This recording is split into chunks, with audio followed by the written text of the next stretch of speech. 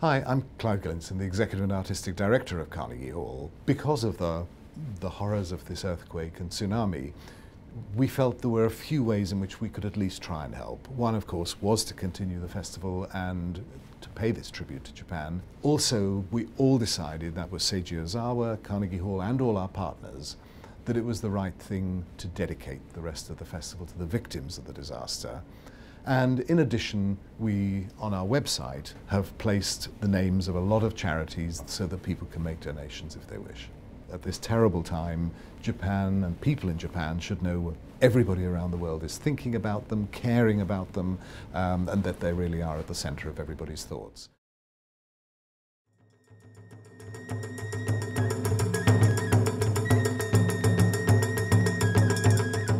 In March and April, Carnegie Hall launches the second part of JapanNYC, which is a citywide festival. We're trying to look at just how beguiling and how fascinating and how dynamic and creative Japanese culture is, but also what a complex mixture it is. It's a mixture of wonderful, very old traditional things. Japan is absolutely at the center of classical music today. When we first met with Seiji Ozawa, who's the artistic director of the festival, he always said that the most important goal of the festival was to paint a picture of Japan today. I feel we have so many things in Japan to feel proud of, and to bring this to Carnegie to show today what's happening in Japan. When one looks at Japanese musical culture, one cannot escape looking at Western classical music. Not only have they made it their own, they've added an enormous amount to it, to such an extent that it would be difficult to think of the classical music world without thinking of Japan. We've been lucky enough to have the Saito Kinen Orchestra in December, and now we have the NHK Symphony coming with Andre Previn and Keri Takanoa. In addition is the Bach Collegium Japan with Masaki Suzuki, who is certainly one of the most respected figures in all of the early music world. In addition, we're lucky to have Midori playing a very prominent role. Midori emerged at a very young age and gained greater interpretive weight with the years. This is not always the case. She's the best possible example of the evolution of a prodigy. In a way, we're not shedding light on things that are unknown in the classical world. We're actually just gathering them together at the same time to be able to show the depth of which classical music plays in Japanese culture. The level of respect that Japanese people have for all sorts of traditional arts is quite unique, and the festival itself is trying to show that kind of sensitivity towards craftsmanship, mastery of certain trade. The festival includes many aspects of what we think of when we think of Japanese culture: taiko drumming, no theatre, traditional arts. But there's also many things that are unexpected, and even for someone who's very well versed with Japanese culture.